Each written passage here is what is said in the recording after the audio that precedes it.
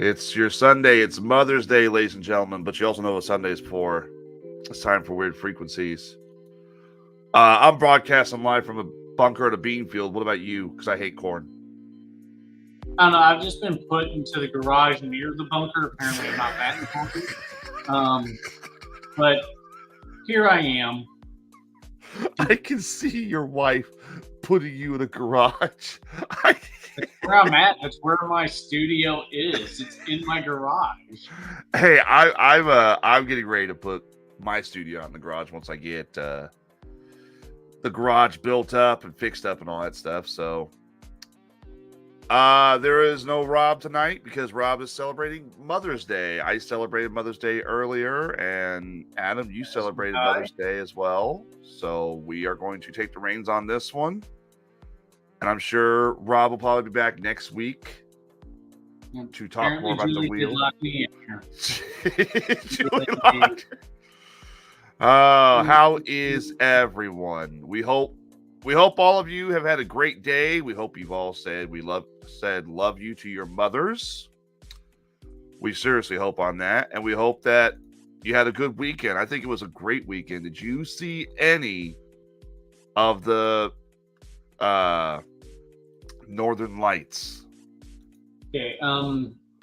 My oldest stepdaughter did. Unfortunately, because of my eyesight, I couldn't. I could see some pictures on Facebook, but from our back patio, from where I'm at, my stepdaughter could, and I could not, which really kind of sucked. Well, okay. For those of you wondering why the Northern Lights are being seen, it's because we are currently going through what's called a Class G. I think that's how they're pronouncing it. It's a Class G solar storm. And I have a few photos myself. And I got to see a little bit, just a smidgen. All right. Now, here's what's interesting. This is one from one of my ghost hunters. I'll share this with you. This is actually a pretty nice picture from Jacksonville. It's from one of the guys on one of the members of my ghost hunting team, Brianna. She took a picture of this. Now that is impressive. Yeah, that looks like what you see before the alien invasion begins. Now that one there, that's another photo. That's one that I believe my brother took. I know my brother could see them pretty cool. He saw several of them. That I love that. And here's my photo. Just a little pink haze. That's all there was. Yeah. And then there's from last night. We actually went ghost hunting last night, which I got video of. I'll show later. You can see a little bit. It was still in the air last night. And there's us.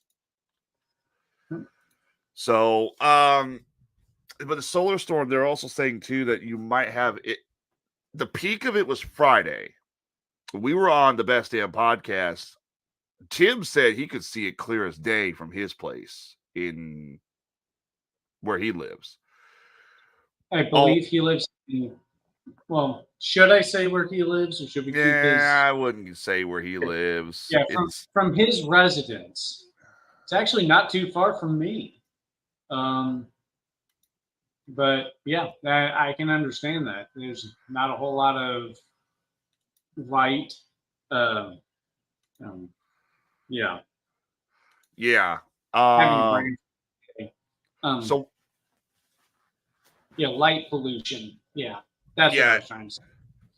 So, yeah, where Jacksonville unfortunately has that light pollution. Springfield, I know Amanda Kluge, she watches the show. She said she could see it pretty well.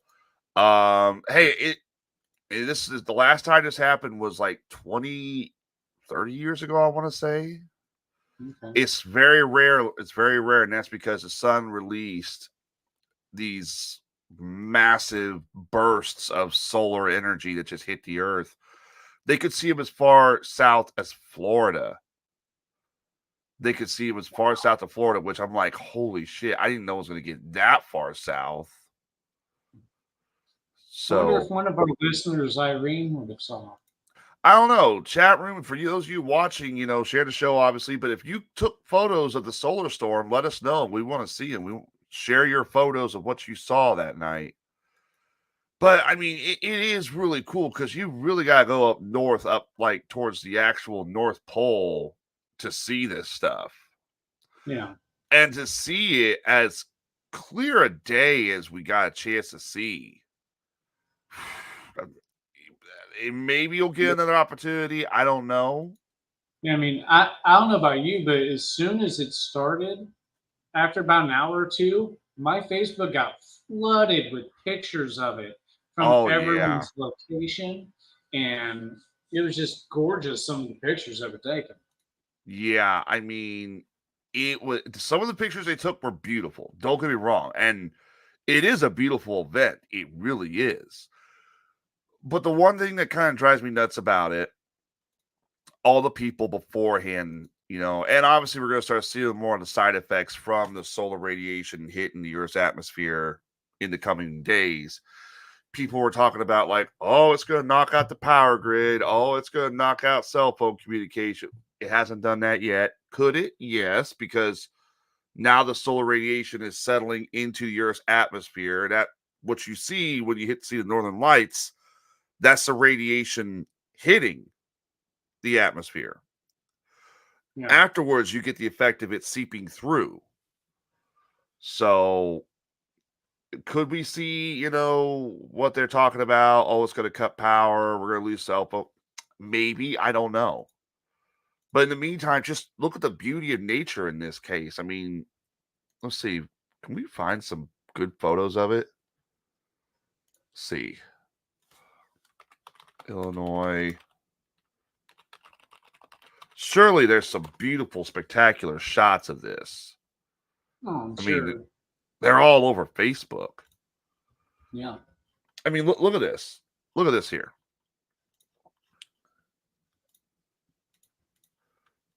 I mean, you can't sit there and tell me, okay, yeah, that's not beautiful. That is so beautiful, man. Look at that. That is time lapse too. And you can see like a shooting star or something, like a UFO. Aliens are passing overhead. Oh, wow, it's cool too. And plus, you usually have to be in the winter to see this stuff. This is the summertime, springtime, summertime. That's how beautiful this is. Yeah. So, I mean, obviously, there's going to be some repercussions from it. We might lose cell phones for a while. Your Facebook might go down. Your, whatnot. But I wouldn't really be too concerned about it. In the meantime, look up and see the beauty of the lights. That's how beautiful this was. Of course, Jacksonville only got a pink hue. I mean, look at some of these. Look at some of these. The last time this stuff hit was, like I said, 30 years ago. Look at some of these shots here. That's beautiful right there.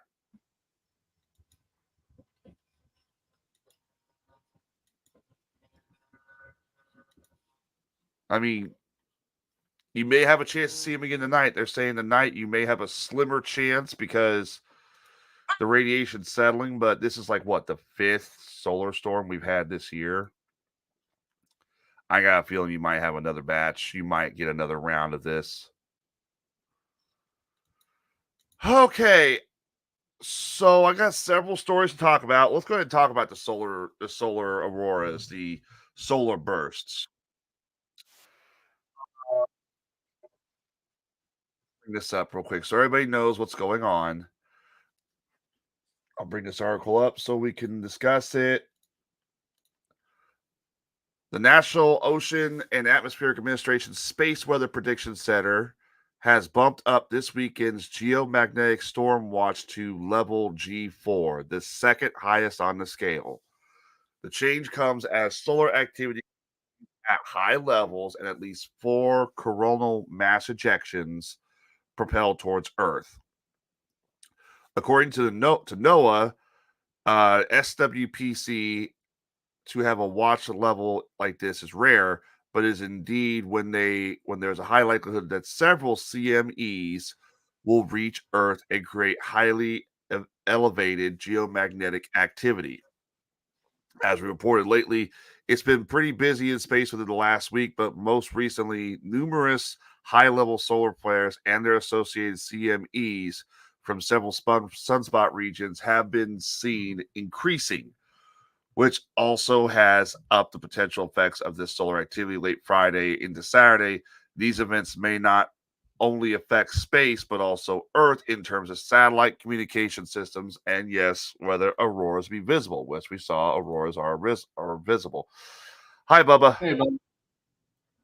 NOAA defines CME as an eruption of solar material, and as they approach our planet, we can experience geomagnetic storm. With this particular event, the CMEs are expected to merge as they near Earth and could arrive early as late Friday, which was May 10th.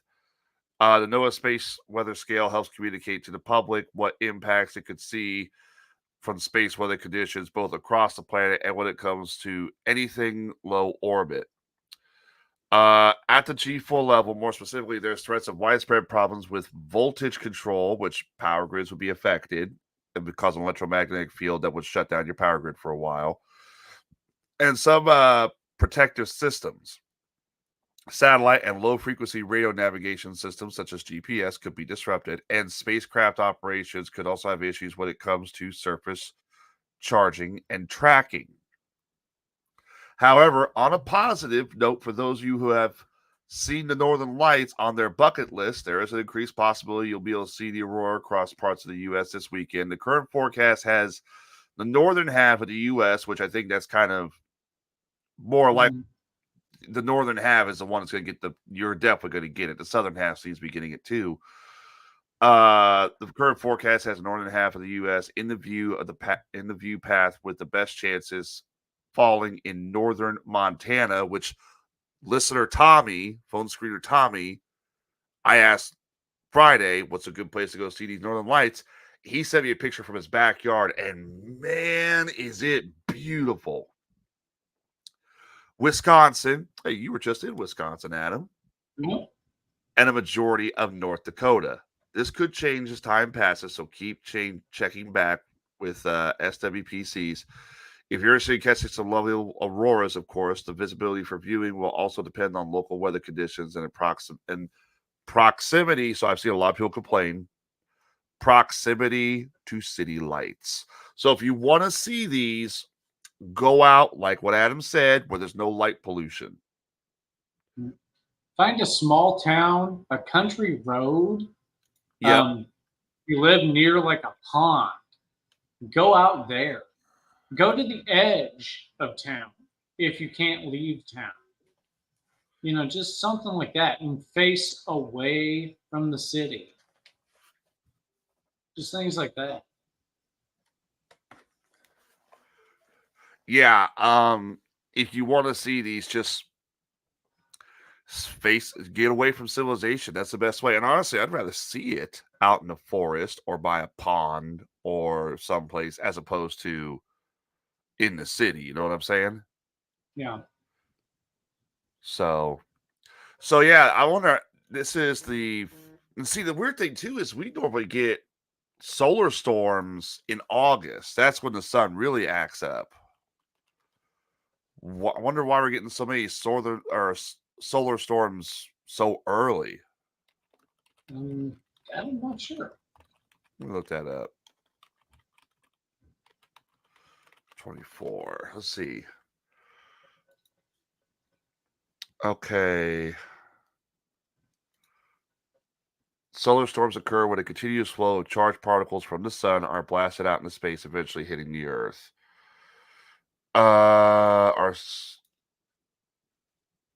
Okay, for those who are wondering, yep. Hey, there's the captain. Happy Mother's Day, everyone. Rob, did you get any pictures of the Aurora Borealis? We shared some of mine, but we didn't really get much here in Jacksonville. Yeah, there wasn't a whole lot here in Taylorville either. So yeah, the sun is pissed off. That's the point to it. Let's see. Sun got a little moody, you know. Wait a minute, are they talking about a second solar storm? What? Are we talking about a second solar storm all of a sudden? So I thought it was just something that was happening basically this entire weekend. Okay, let me see here. The So sun now we released have another. Yeah, they'll say possible second talk, storm. talk about another one. Looks like, yeah. The sun released another powerful burst of energy today, known as a solar flare, reaching its peak intensity at 12:26 p.m. Eastern Time. The flare originated from a region of the sun's surface called Sunspot Region 3664, which has been quite active lately due to a stabilization process the sun goes through. So the sun is basically, that's what it's doing. Okay. NASA's Solar Dynamics Observatory, a spacecraft that keeps a constant eye on our nearest star, was able to capture a striking image of the latest solar outburst. Solar flares are immense explosions of the sun that send energy, light, and high speed particles into space. They occur when the electromagnetic fields in and around the sun reconnect, releasing huge amounts of stored magnetic energy. Flares are our solar system's most powerful explosive events. Today's flare, apparently this is what happened today. It was classified as a X 1.0 flare. Okay, so it's not as strong as the one they said was a G4. Solar flares are characterized in the classes based on their strength, with X flares being the most intense. Okay, so it is intense. The number provides additional information about the flare's strength within the class. That class, an X1 flare, is 10 times more powerful than an M1 flare. And I just realized I'm not sharing this so people can read along. That's my fault. These energetic solar eruptions can significantly impact Earth's upper atmosphere and near Earth space environment. Strong flares can disrupt high frequency radio communications. Additionally, the magnetic disturbances from flares, if particularly strong, had the ability to affect power grids on Earth, sometimes causing long lasting blackouts. The ongoing geomagnetic storm is expected to intensify later today, Sunday, May 12th, 2024. Several intense CMEs traveling from the sun at speeds of up to 1,200 miles per second are anticipated to reach Earth's outer atmosphere by late noon. Over the past 2 days, preliminary reports have surfaced regarding power grid irregularities, degradation of high frequency communications, GPS outages, and satellite navigation issues. These disruptions are likely to persist as the geomagnetic storm strengthens. And I can attest to the radios because we went ghost hunting last night, which I got some footage to share of that later.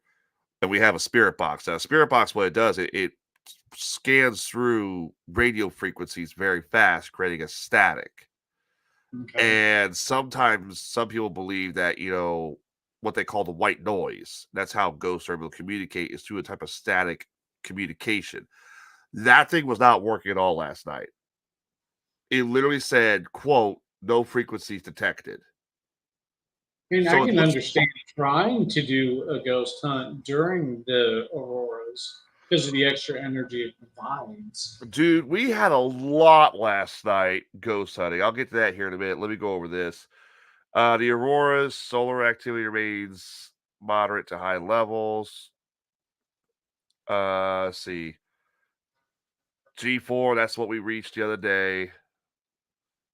Geomagnetic storms are disturbances in the Earth's magnetic field caused by interaction between solar flares effects on. I'm trying to figure out what causes the solar flares. Like, is it all right? Here we go. Historical geomagnetic storms. The Carrington event of 1859, the most powerful geomagnetic storm on record, would cause widespread telegraph system failures and auroras visible as far as the Caribbean. Holy shit, Wow. that's incredible. Yeah. Now, this one I remember. This one I remember. By Florida getting to see. Yeah. The Halloween storms of 2003, a series of powerful geomagnetic storms that caused power outages in Sweden and damaged transformers in South America. I remember that one because while kids were trick or treating, you could see a faint aurora. Not as good as the one we've been seeing, but a faint one. It was like a bluish green. The Quebec blackout, a geomagnetic storm that caused a massive power outage affecting millions in the people of Quebec, Canada. Dude, can you imagine auroras visible as far south as the Caribbean? That's insane, dude. Being in Jamaica, just sitting on the beach, and then you see an aurora. All of a sudden, you think, "Oh my god, Really? I'm on a set of Pirates of the Caribbean. Oh shit!" Causes. Yeah. What about the green flash and that shows the black pearl coming Oh in? yeah, yeah. When the green flash shows up, that's when you're in trouble because the black pearl, or it's the black pearl. Was it the black pearl or is it the ship Davy Jones, the Dutchman, the Flying Dutchman? Yeah, Maybe that's it. Yeah. yeah. I think it's one of those ships. I know that Microburst. much. What causes the solar storms as of late? Because I know there was a movie I watched years ago, and I've had a lot of people say that this is the thing I've been hating the most. There was a Nicolas Cage movie called Knowing. Do you guys anybody remember that movie? Supposedly, his wife predicted the end of the world, and the world is wiped out by a solar flare. Which there's the ability for a solar flare to hit the Earth and roast the planet. That's Hollywood, people. It's not going to happen. Yeah. But I've heard a lot of people saying, "Oh, you ready for the world to end this weekend?" What? Yeah, it's going to be like that Nicolas Cage film. No, it's not. Right. All right. So this is the reason why here, I think. Because I know we've had solar storms like what, back in February or March.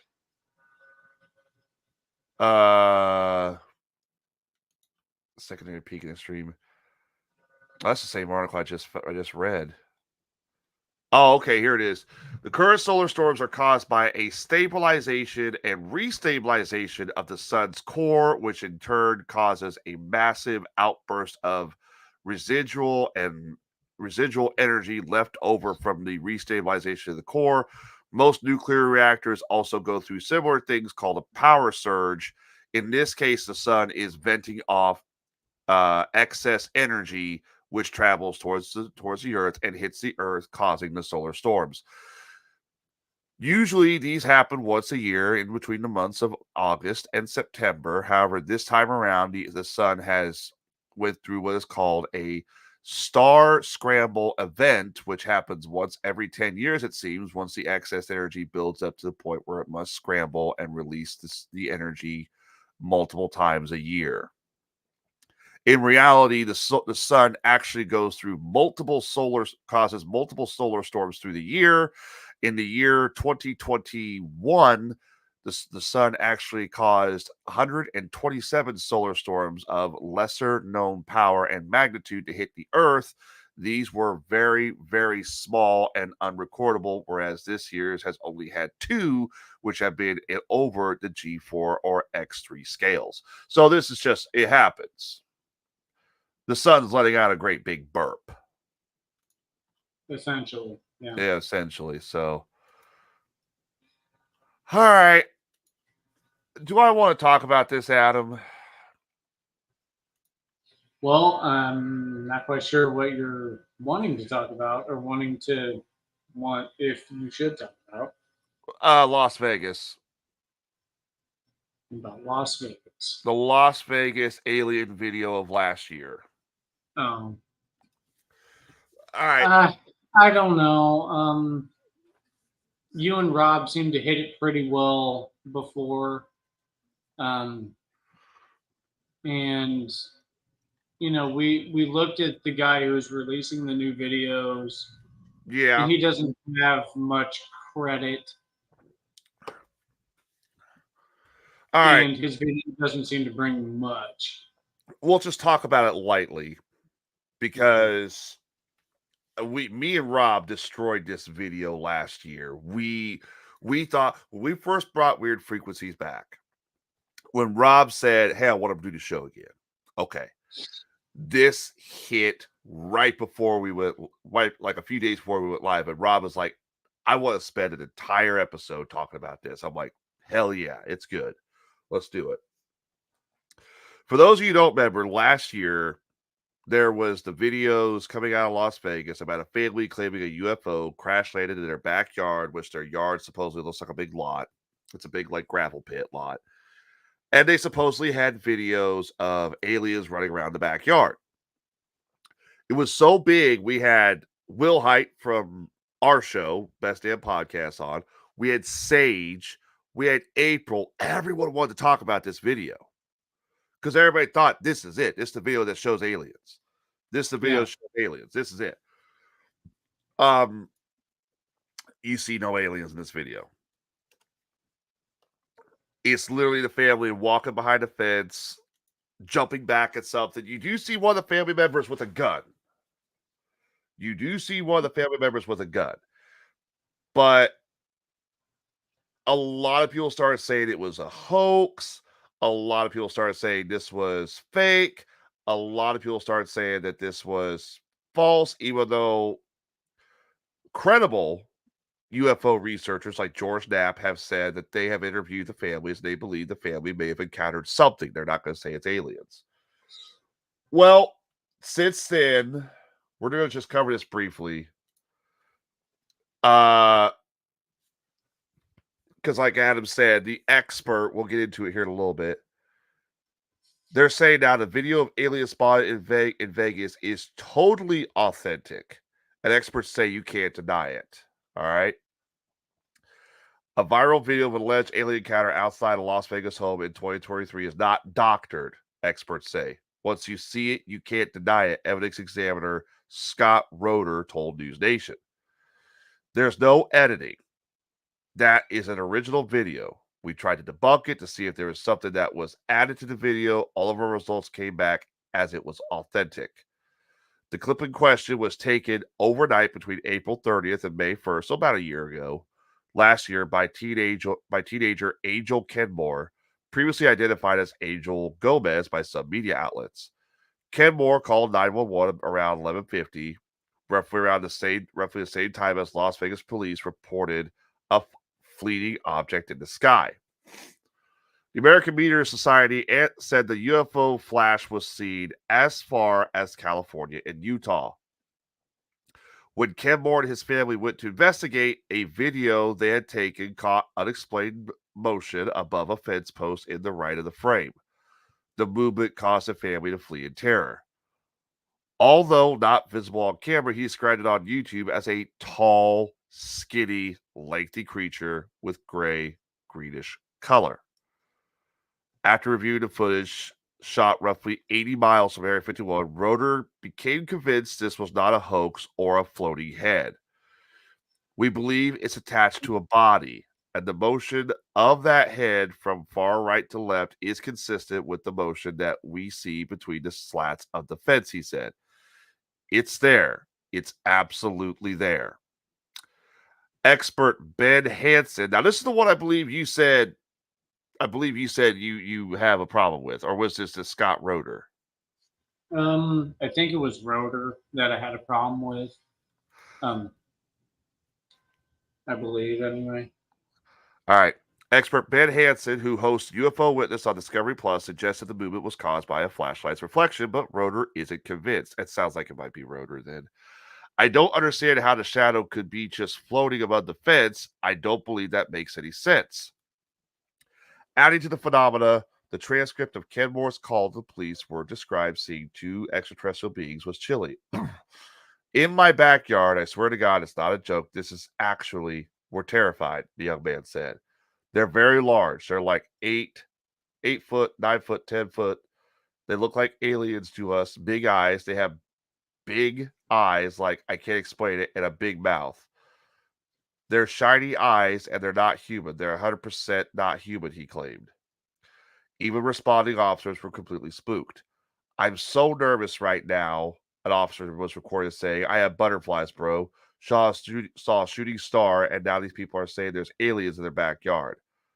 I'm not going to BS you guys. One of my partners said they saw something fall out of the sky too, he added.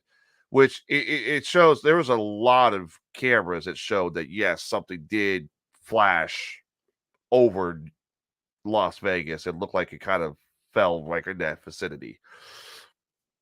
Police installed cameras at the Kenmore residence after the incident and say they found no evidence of the event being phony or staged. Okay, So, Adam, you go right ahead. yeah, so some of my thoughts are I believe that these people thought they saw something, that they believe that they saw something. That's fine. But you have an expert from a UFO show on Discovery Plus looking at your video, and he is letting you know there is no way that this is valid at all. And the person who believes just isn't open to discussion, isn't open to whether it could be talked about or not. It's just, no, it's got to be real. Mm-mm. No. People believing is fine as long as you keep an open mind about it and are willing to discuss it. That's cool. But if someone looks at your video and they are used to looking at your videos for a living. This isn't the video I wanted. This is the video. I want the video at the fence line where they're saying, go ahead, keep going. I'm trying to see if Yeah, it's just the host of that show is used to going through these videos with a fine-tooth comb, and he's done it enough that he is on a actual channel that carries some clout. So to be closed-minded to that person, or at least not be open to a discussion about it, just makes me think that you're just trying to force the belief. uh-huh. I mean, I don't know. So that's what makes me have a problem with Roeder, is he's not open to discuss the findings. He's so dead set on what he believes he found that that's got to be what it is. He can't be wrong, and there can't be other explanations for it. If you're going to do that, don't let people criticize your video. Don't give it to anyone to analyze. That's my thought. So, all right. My thought, I want to bring up the original video. And so far, all I'm finding are news articles so that way people can see what we're talking about. My thought is this, and this is what me and Rob said last year. I think this family may have seen something. Okay. What? I want to get to the original video. Okay. Now, okay, so this is what they're saying. What is the YouTube link to this show? Give me a minute, Bubba. Give me 1 second. So if you look on this screen here, it's the original video, but the problem is what Rob and I brought up, what a lot of people realized about the video. Did the family experience something that may have been here? Bubba, I'm going to post it in the chat room. Did the family experience something? I think they sound credible as in they experienced something. yeah. Whether they believe something, and I don't want to take that away from them. Right. They experience something, they believe it. So yeah.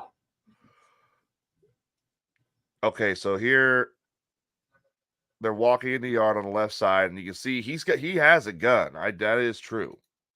Watch his right arm when it zooms in a little closer. Right there, he's got his gun. Yeah. Whether it's a real gun or not, all I know is it looks like a gun. Okay. Do I believe that what they experienced in this backyard was extraterrestrial? I don't. I don't think so. And unfortunately, I want to believe him. I do. I tried so hard, and Adam, you would have ended up beating the hell out of me last year for how hard I tried to defend this video because I wanted it to be so true. You can see it right here. They do capture this strange black mass, but you notice nobody here is reacting to it. They're reacting to what's over by the bulldozer.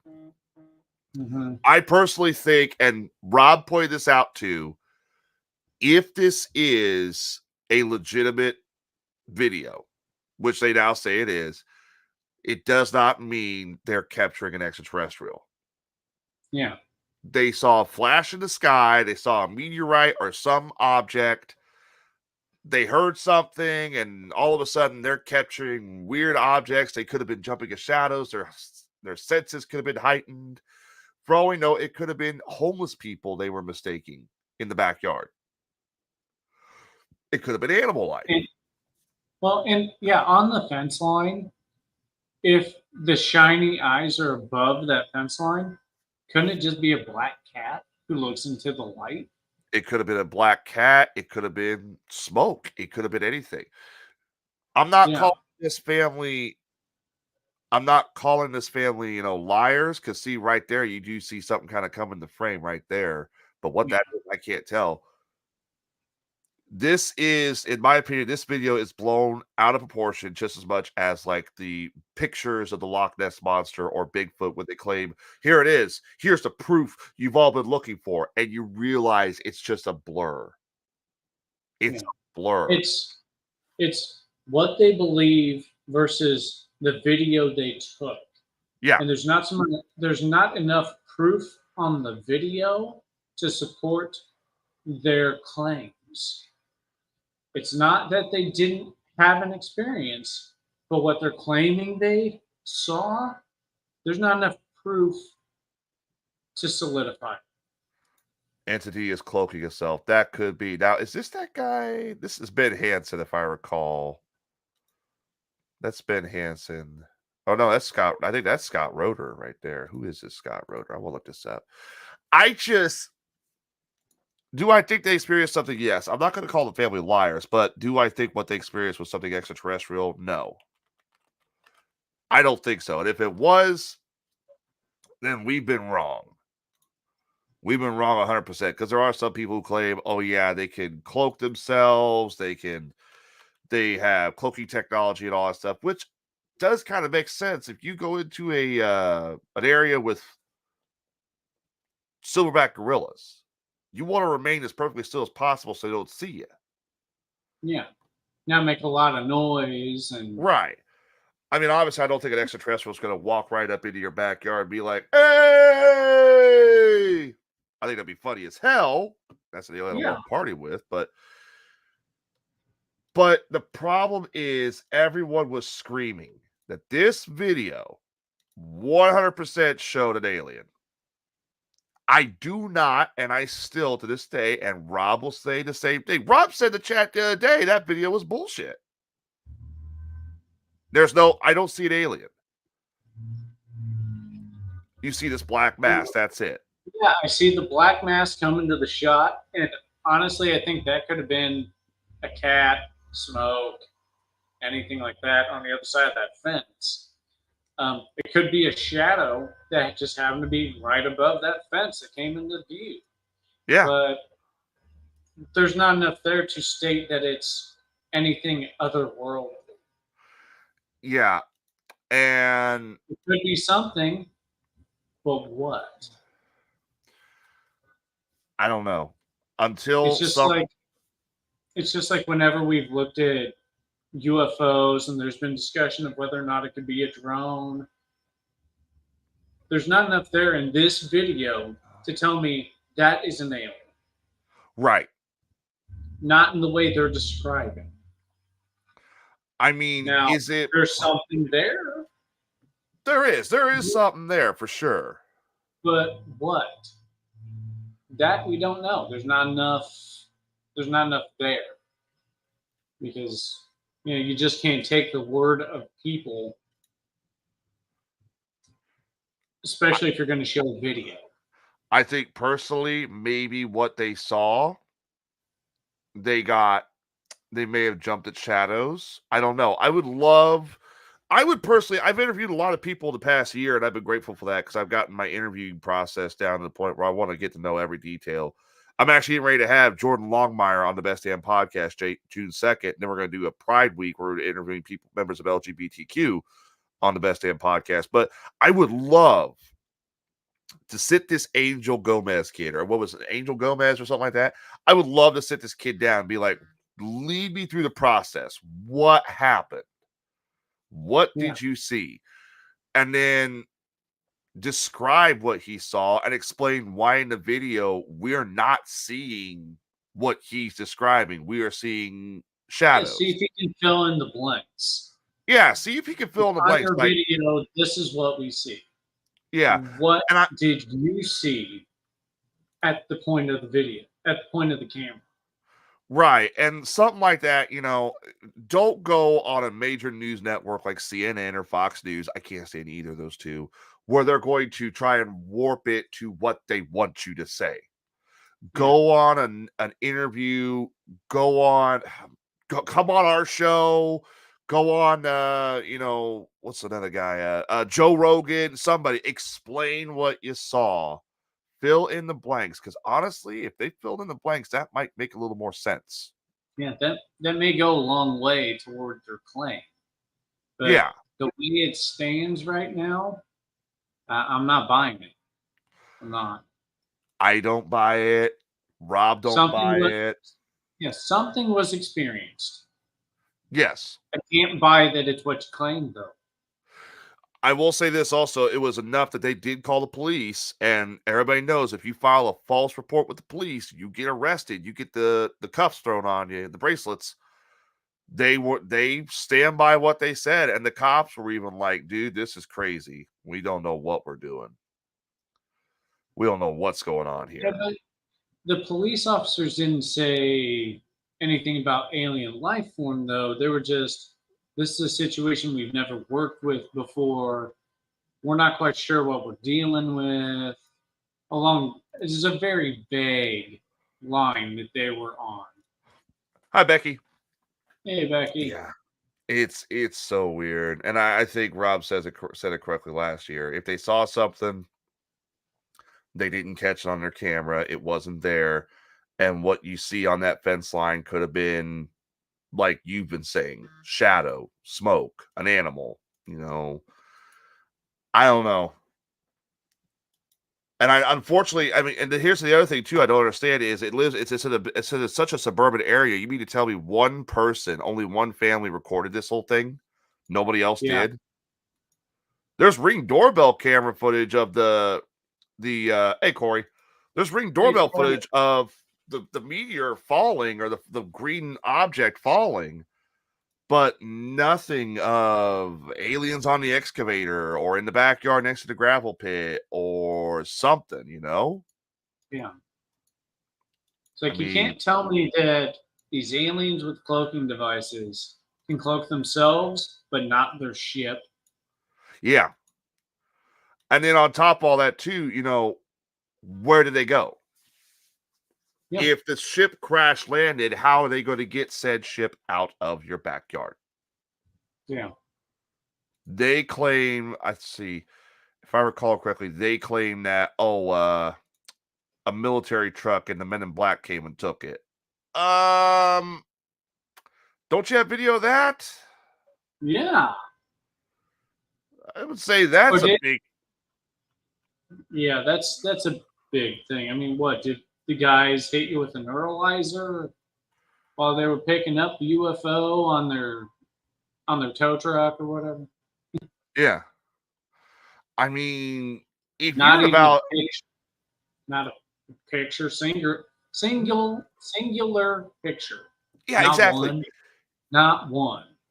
If you want to validate your backyard shenanigans with the extraterrestrials, for God's sakes, if you claim that the Men in Black came and they picked up the UFO and they picked up the beings jumped in the car and drove off, you figure you would record that or find some way to record that.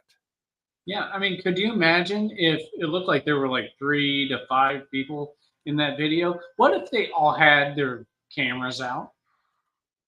Yeah. You have 5 different points of view capturing the same thing. You can't dispute that at that point. You can argue over what you saw, but you know you saw something. Becky, there were a few videos we saw of people having Ring doorbell in the area. Yeah, Ring doorbell's also got that $1 million contest going on. If you send footage of an actual alien, they'll give you $1 million. Hang on a second. Let me get something pulled up here, and I will. Okay. Let me get something sent to myself on Messenger. Did it go through? No. All right. I got a video. We went out ghost hunting last night. Unfortunately, we didn't bring batteries for our cameras, so we used cell phone videos. Okay. Somebody had a cell phone out at some point last night while we're ghost hunting. We did get a few things on video. And one of the things I was going to send is probably the biggest thing of the night. The other one I don't think we recorded. That was at a bridge, graffiti bridge on Ebenezer. But you record everything when you're doing these types of things, because that's the best way. You could go out there and have, oh, I experienced this. Okay, where's your proof? Where's your proof? Yeah. Either a picture or it didn't happen. Yeah. If it's something related to the situation, whether it is you're at a graveyard and all of a sudden you see Casper the Friendly Ghost, taking pictures of the Northern Lights with his ghost camera or something, you record you can record everything. Yeah. Because you never know. Something big may happen, which something big did happen last night. And I don't think we were recording, and I'm kind of pissed off about that still. But something big may happen, and all of a sudden you do not have the evidence for that, and no one will believe you. You just have your testimony, and testimonies can be not worth a damn these days. People can be, yeah. A picture speaks 1,000 words. Well, I mean, nowadays, even a picture with AI and stuff, now a picture won't even cut it. Oh, yeah. I mean, or even you have to have that's why I suggested a few videos from different points of view on the same thing can really cement your claim. I swear the ghost knew. I swear. We went to 2 locations last night off topic. We went to this graveyard, Shepherd Graveyard, where we pulled up, me and Tina and Rob, 2 members of the ghost hunting crew, and we may have cock blocked somebody who had their car parked and it was a rocking. And they drove off in a hurry. But I'm gonna leave it at that. I'm leaving it at that. If you're watching, we're sorry. But we had an experience at Shepherd Cemetery, and then we drove out to a bridge at Ebenezer where I don't really have a lot of evidence on. I've heard somebody died out there, that much I know. Okay. Now it was the middle of the night, it was getting cold, windy. I don't think anybody had their camera on. No, nobody did. But we saw what looked like this head. Here's the underside of the bridge, right? So it's a railroad bridge. So here's the underside of the bridge, and then down here would be the road. We saw I swear I saw a head do this, pop back down. I went hauling ass towards it. About that time I get to where it's at, I hear rustling off of the bushes, and my buddy Rob, he hears it too. Problem is we did not have a camera going, so I could say that as much as, hey, this is what happened. And I just realized I need to get that video off Rob. That's why I'm looking for it. So give me a moment. Yeah, you almost have to have body cams or something going the whole time so that you can look at it afterward if something happens. Yeah, you do. But that's a lot of gear to have. And that can come at, a pretty great expense for a starting ghost hunting team or anyone that's hunting out any of these, any of these claims, like hunting for Bigfoot, or I thought I saw a UFO, or, or seeing Nessie or whatever, like that. It's just something no one's really going to do. unless they see it from far away, and then you're using your phone's camera. Right. Right. I just messaged him, see if he sends it to me. But I don't think I think this family experienced something. Yeah. I don't think it was extraterrestrial. Yeah. And the only way we're going to know differently is if another video comes up. Maybe somebody confiscated the second video. Who knows? Maybe. I mean, it would really help their claim if there was that second or even a third video. But I guess it would have helped them if the guy who had the gun would have pulled out a camera instead. Yeah. I mean, if I'm going up against a yard of extraterrestrials, I will carry it. If I have extraterrestrials in my backyard, I don't know what they're doing. I will stay strapped, but I'm not going to walk out there with the gun. Because you never know. They may see the gun and realize, oh, shit, he's got a gun. Get the ray gun. Yeah. I'll walk out. An immediate threat. Yeah, they're going to look at me. If I want to make contact, they're going to be like, get the hell away from me. You got a 357 there, asshole. If I want to make contact, I just want to prove, hey, look, I'm friendly, but if I had to defend myself, I had to defend myself. That guy walked right in there with a gun. So I don't know. All right. And what if he thought he saw something and shot at it, and it wasn't what he thought? Oh yeah, yeah. All right. Well, now that we've covered all that, let's. I think it's just. I personally think it is not legit.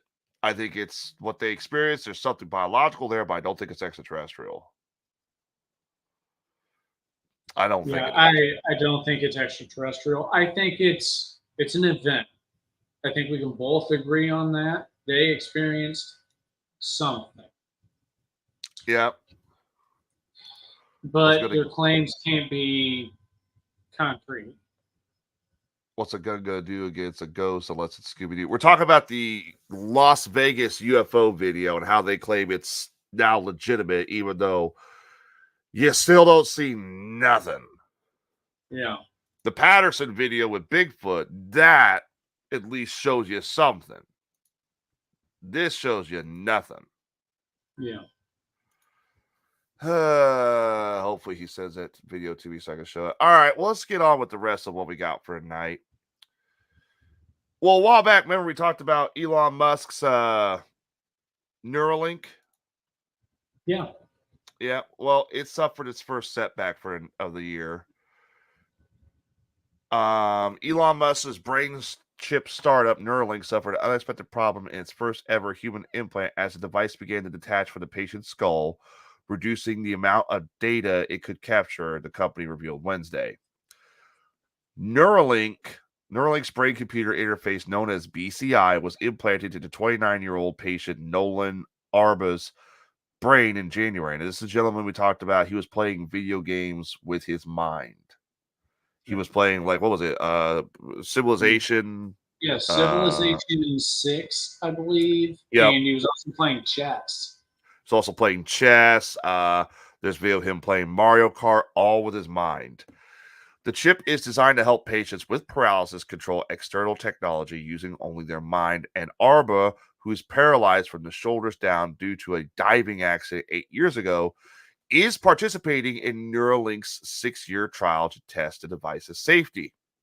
And see that's where they put the Neuralink, is right there. I believe it goes, we saw it goes over the skull and connects to the brain via implant of some type. That's the actual Neuralink itself.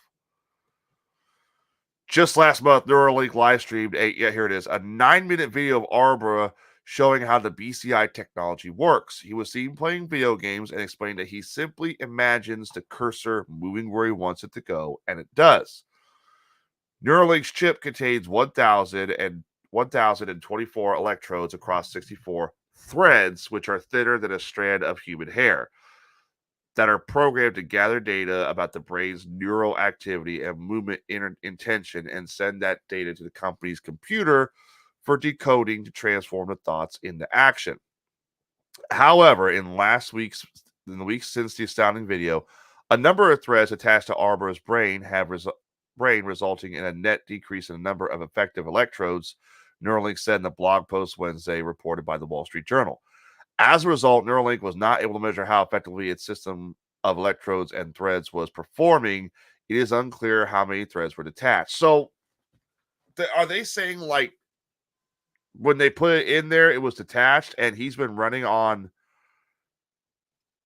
No, it means they attached it to like around the top of his head, and they got the good reports of him playing chess, playing Civilization 6, stuff like that. They got the snippet of good news, was able to put it out there, and sometime between, that news break and now, some have become detached. Yeah. So depending upon how they were attached, I guess, some degraded. So maybe what they used to attach them wasn't the best sealing. Maybe the type of glue or the apparatus they used to stitch it on or whatever allowed some to come loose. In response to this change, we modified the recording algorithm to be more sensitive to Neuralink population signals, improved the techniques to translate these signals into cursor movements, and enhance the user interface, Neuralink added, insisting that the refinement will enhance the accuracy of Arbo's ability to control the cursor bits per second. BPS, according to the company, is the standard measure of speed and accuracy. These refinements will produce a rapid and sustained improvement in BPS. That is how superseded Nolan's initial performance, Neuralink said. The company, which recently changed its home base from Delaware to Nevada after Musk spat with the fucking Musk. I can't even.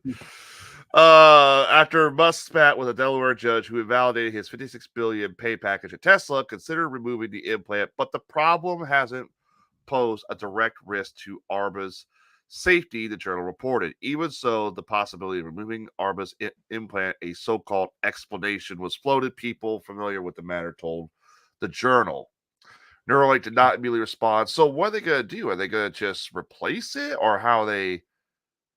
It sounded like they're going to modify the algorithm used with Arbonne and just keep it in place for the time being until it becomes more of an issue.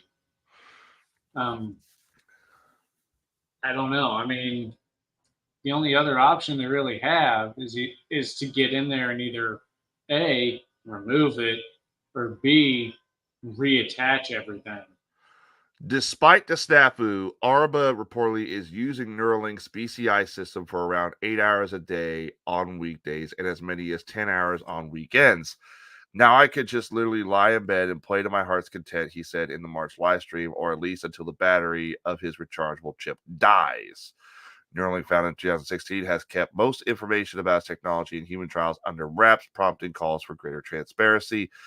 The U.S. Food and Drug Administration greenlit human trials on brain chip testing last year after the company did hundreds of tests on animals and faced backlash from animal rights groups in the process.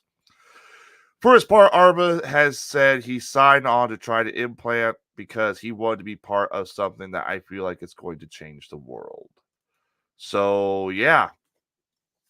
But it sounds like maybe they need to work out the kinks in installing it, because if he's had it since, according to the article here, didn't really say, depending on how long he's had it, it's starting to kind of come undone, it seems like it's starting to loosen, which means they need to find him. Yeah, I mean, did he have it in like a few months? Has he had it in a few years?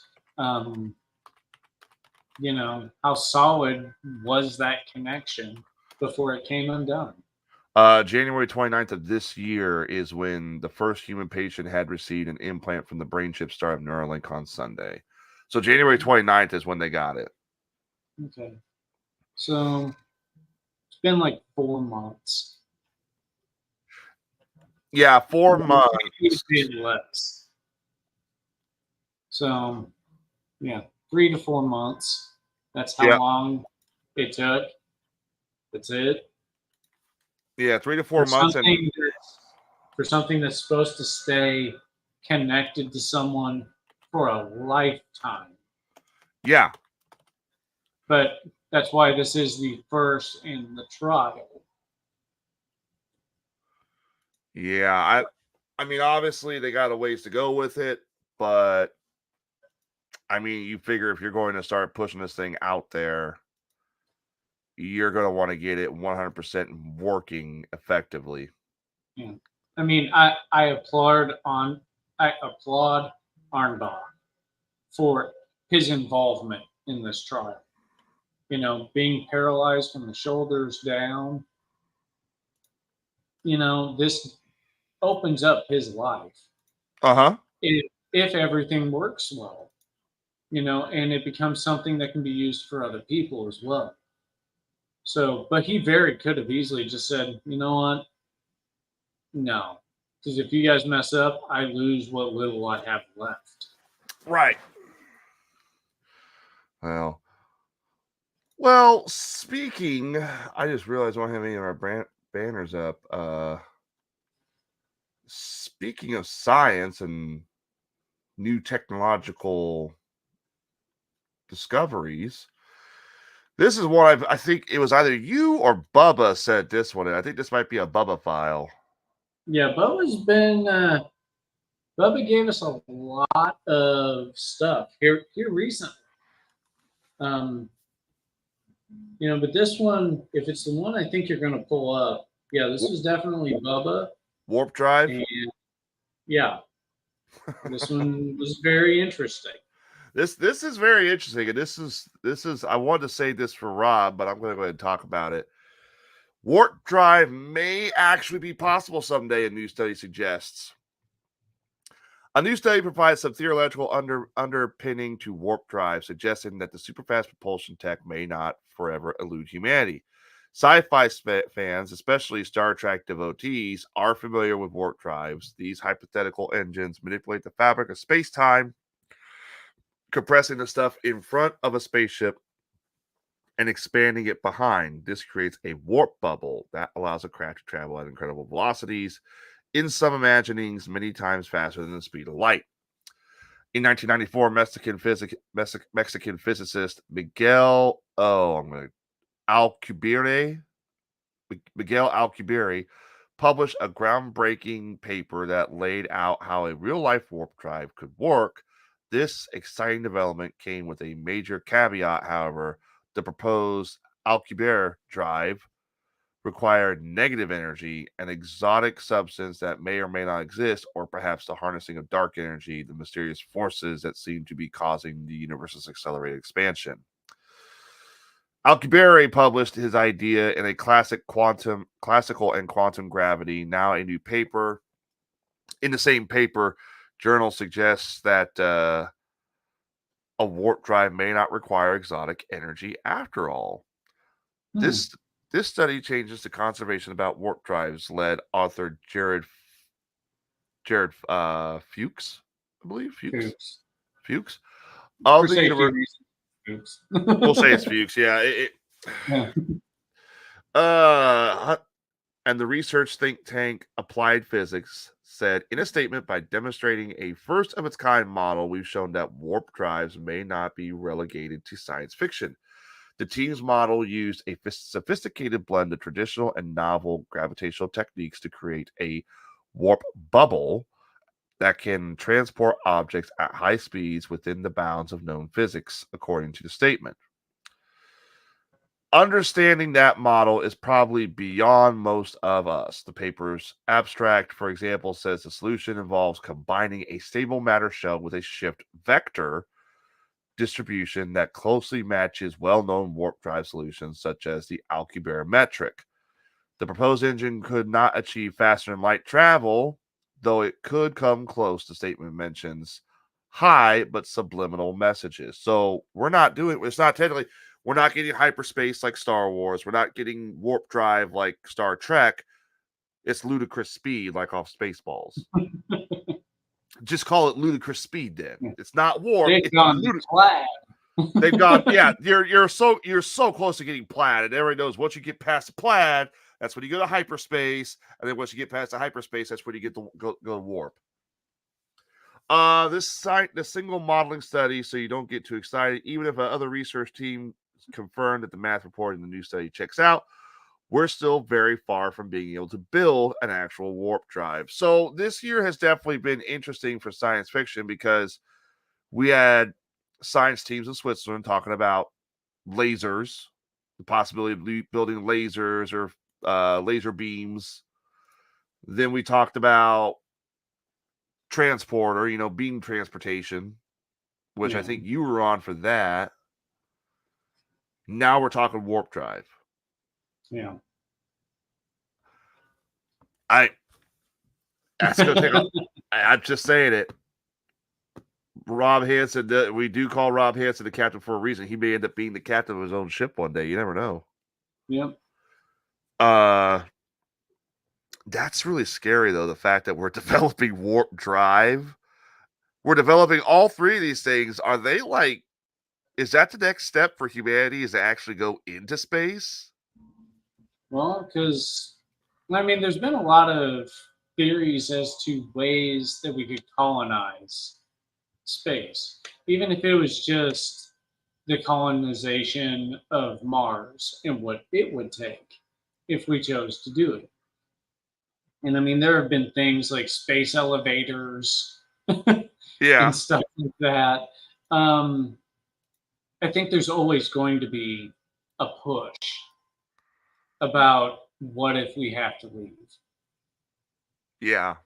But if you honestly think about it, barring some massively terrible thing to happen on this planet, if it's about resources, we have resources. It's going to last for thousands of years, if not longer. Mm-hmm. So us seeing a time where we have to leave the planet, highly unlikely.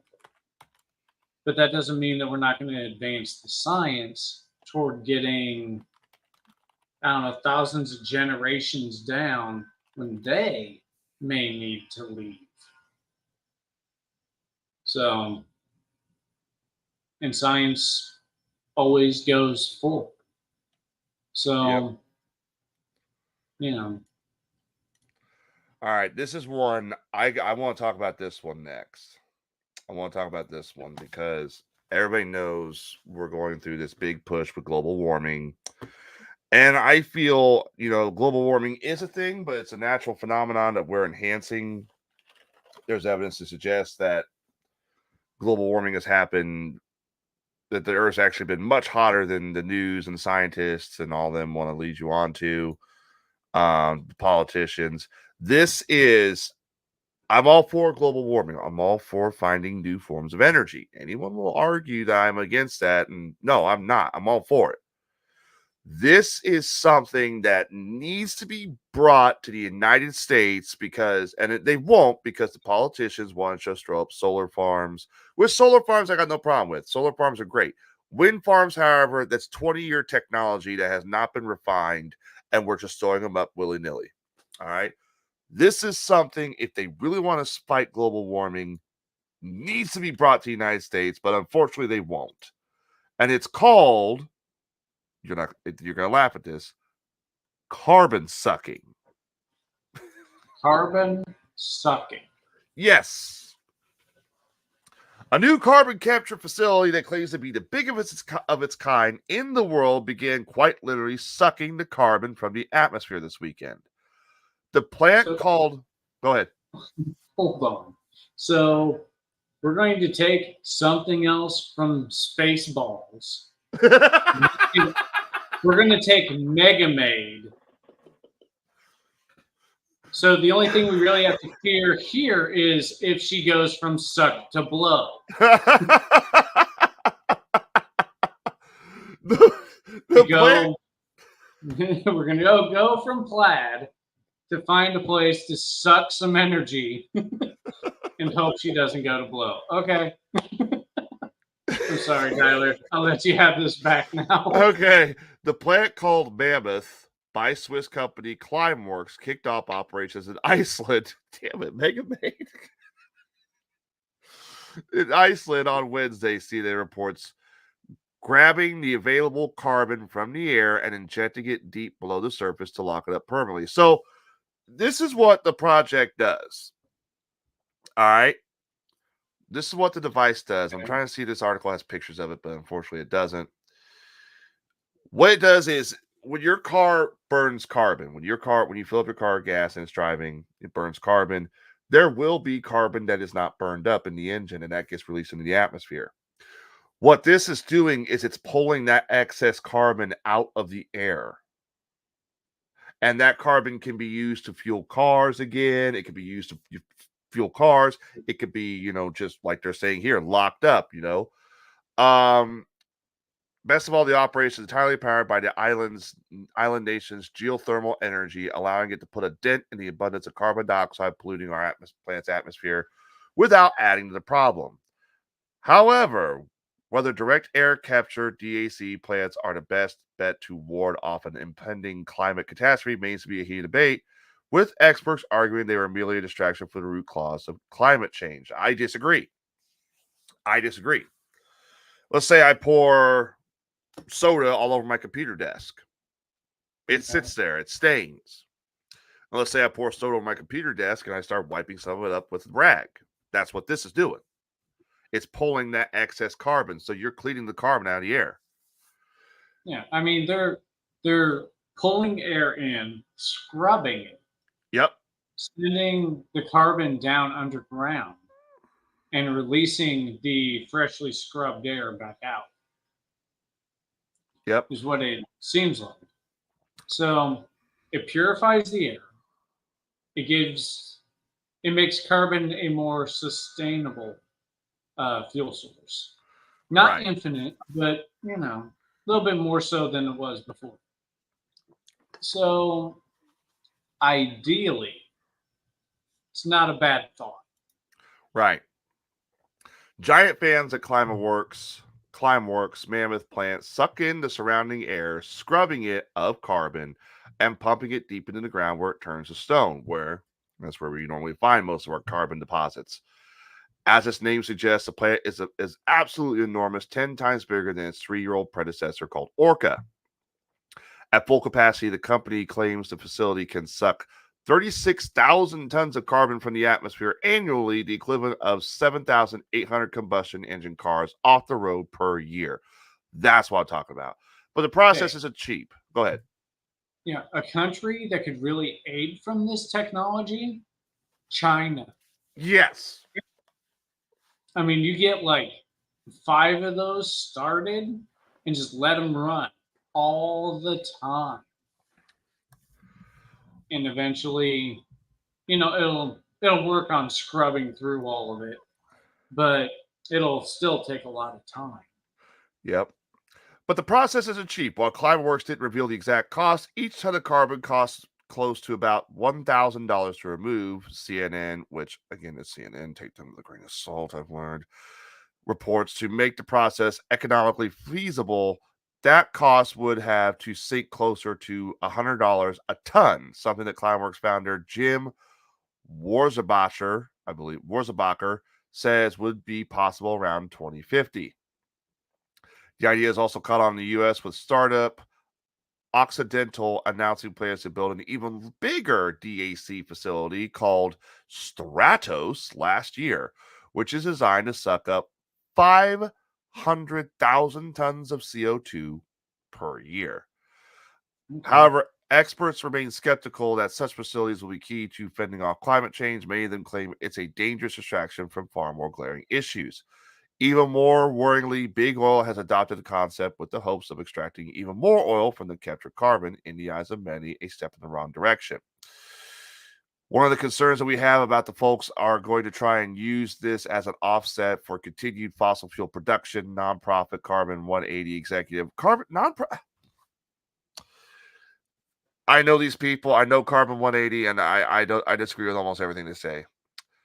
Carbon 180 executive director Aaron Burns told Axios last year, when largely the role of carbon removal is to address legacy emissions. And we are seeing oil companies talk about being the way to offset continued oil production, she added. That's concerning. Okay. I think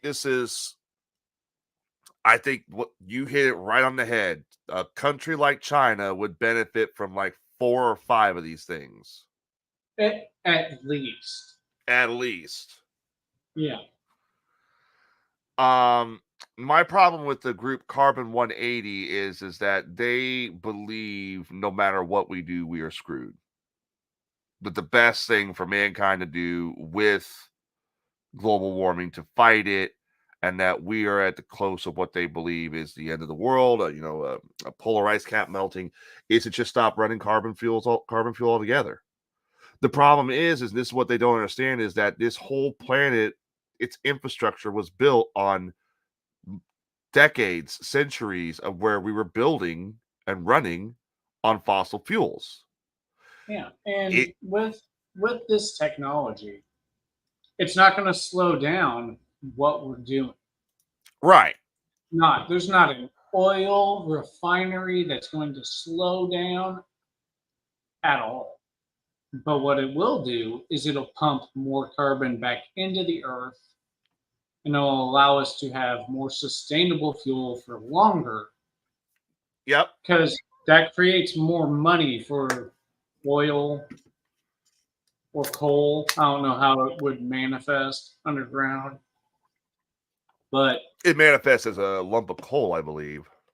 Yeah, so there is not an oil refinery or coal company that's going to slow down because of this. There's no money there to slow down. There's not. So maintain speeds, knowing that now you can keep going for longer. So why not push for it? It does help with the air quality. It increases fuel on the planet for all. Yeah, it's not the best fuel. It's not solar. It's not wind. It's not nuclear or anything like that. But it's not nothing. It can help if used correctly. There's your carbon. There's the carbon they pull out of the air. I believe this is the Orca. Okay. This is from like last year. So here's how it works. It's basically blowing in the air, ambient air. It's got the scrubber, so it captures all the CO2, carbon, pulls the clean air out, and it bakes it to 100 degrees. If I can go back, bakes it to 100 degrees, and then it's pumped into the ground. That, I don't know how long this piece here is from, this gentleman is holding, but that's the result. Okay. If that is pulled out of the atmosphere, in my opinion, and that is carbon that is actually working, which I'm pretty sure it is, why aren't we seeing the United States? Why isn't the Biden administration or anyone who's claiming we need to fight global warming, which, yes, we do, why aren't we putting more of these things up? Because they want to sit there and say, oh, it's the legacy. No. It's like I said earlier. If I take a can of soda, spill it on my keyboard, and I wipe most of it up, my keyboard is at least somewhat clean. You're not going to get all of it. But if I spill it on my desk and just wipe the whole thing clean, my desk is clean. You might have a stain, you might have something, but eventually if you keep cleaning and polishing that spot off, you'll get it out. I feel this is a step in the right direction, and this is something that it's in its infancy. It's something that the world needs to put money into to refine and get down to the point where we can start getting those legacy carbon out of the air, like Carbon 180 wants to say, which Carbon 180, I'm not even going to go into them on this show over because I could. They're horrible.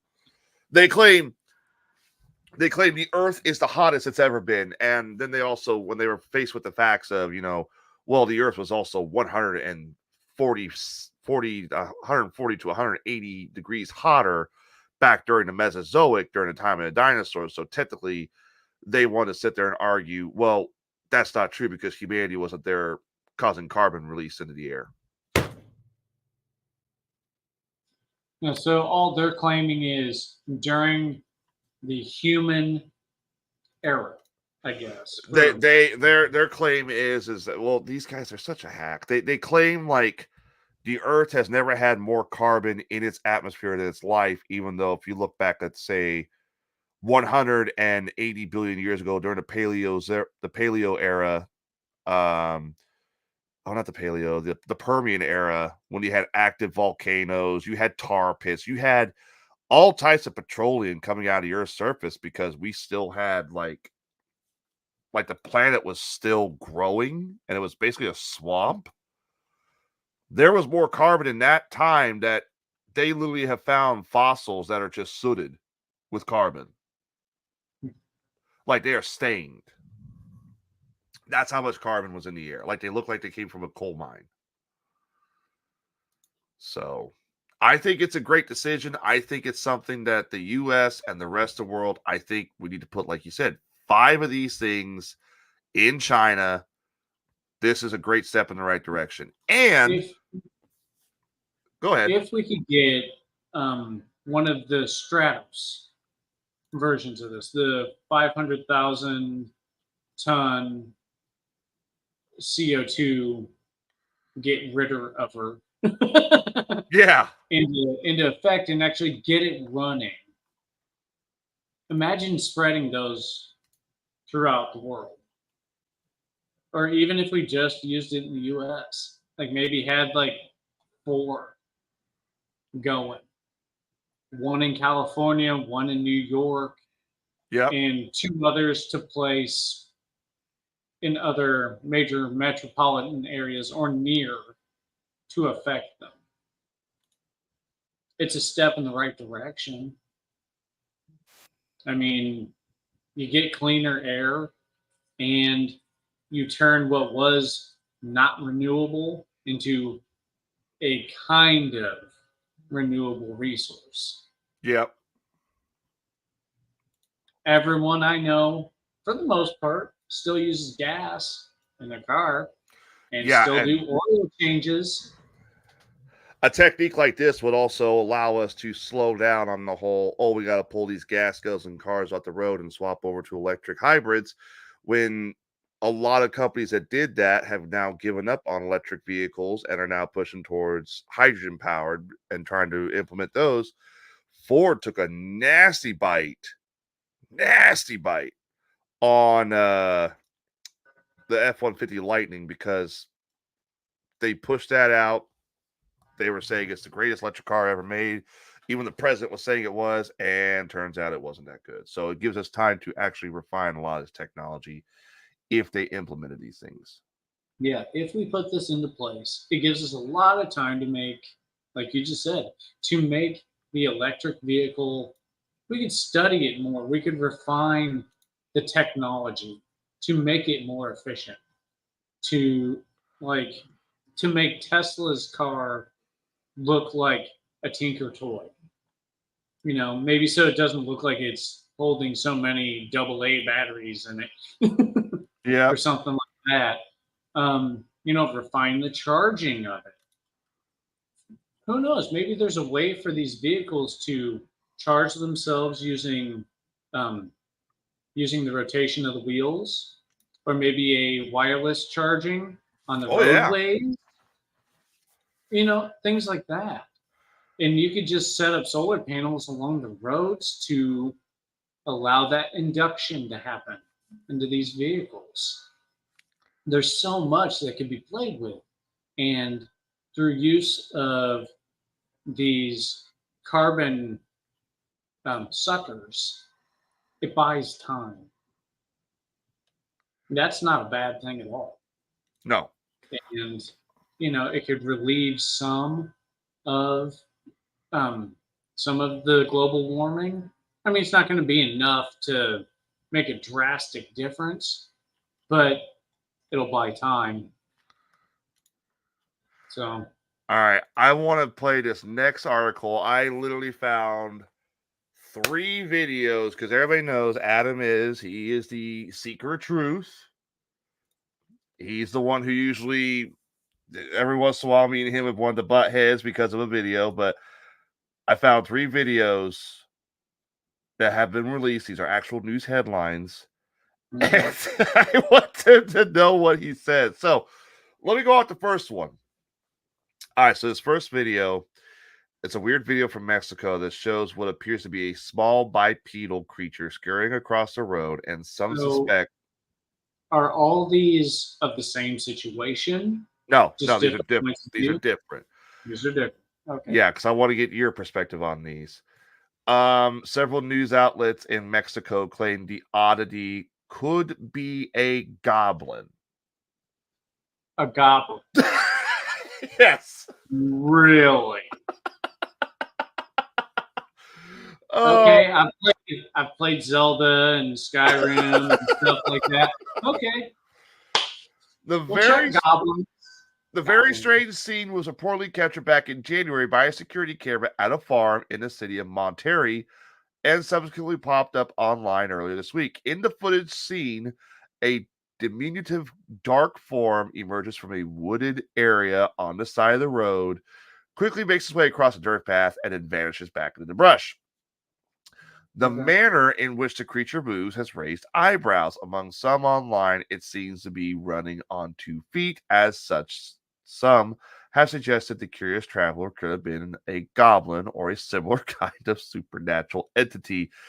That said, more skeptical observers believe that the humanoid was probably a animal or a type of monkey that looked to be out of the ordinary due to the angle of the camera. It's a small foot. There's Bigfoot, so it could be a small foot. Could be, yeah, could be. By the way, I just realized we were talking about cloaked aliens earlier. There was an article we read from Mexico where they thought they caught an alien at the side of a creek and it was cloaked, I thought. I don't know. I had to think back on that one. We might just have to, if whenever these news articles are really slow, we might have to do a day where we just like dive deep in the old cases. All right, let's get to, okay, here we go.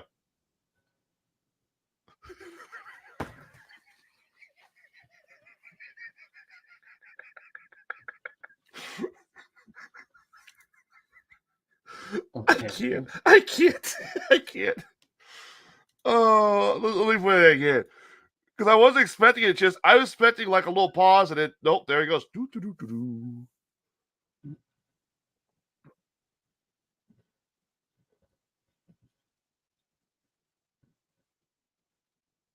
I mean, it's really interesting, but the thing is okay, I want to know, Adam, what do you think?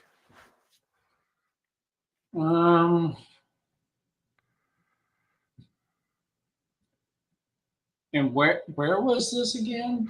In Monterrey, Mexico. According to the article, outside of a chicken farm. Outside of a chicken farm. Yep, there you go. It's an Ewok. There you go. Crack the case, ladies and gentlemen. It's an Ewok. It's a baby Ewok. Come on. I don't know. I mean, you said it's near a chicken farm. What chickens do they use? Because some, I mean, if it's small enough and it runs across the road. You think it might be, it doesn't say what kind of chickens they use, but you think maybe this is a baby chicken? It's Chupacabra. It's Chupacabra. It's a baby Chupacabra. I think at this point, Adam would believe Chupacabra more than the video claiming that it's a goblin. Yeah. I would believe it's a goblin if it held like a little spear, like a pencil as a spear, as it's running across the street. But it's a life form. It's being chased by. Yeah, I think we both agree. It's something. It's that, but what exactly it is? It's a Lilliputian. It's an Oompa Loompa. It represents the Lollipop Guild. I don't know. It's everything but a goblin. Yeah. Whatever it is, your wife wants to pet it. Uh, it's one of the giant fluffy chicken. Yeah, That's the one thing that I think we can could both be. agree on. The camera, Yeah. all right, this is what I think. And I know Adam is just sitting there trying his best to tear this thing apart right now, but I don't think this is a goblin. I don't think this is some kind of, chupacabra. I don't think it's an Ewok. Sorry, Julie.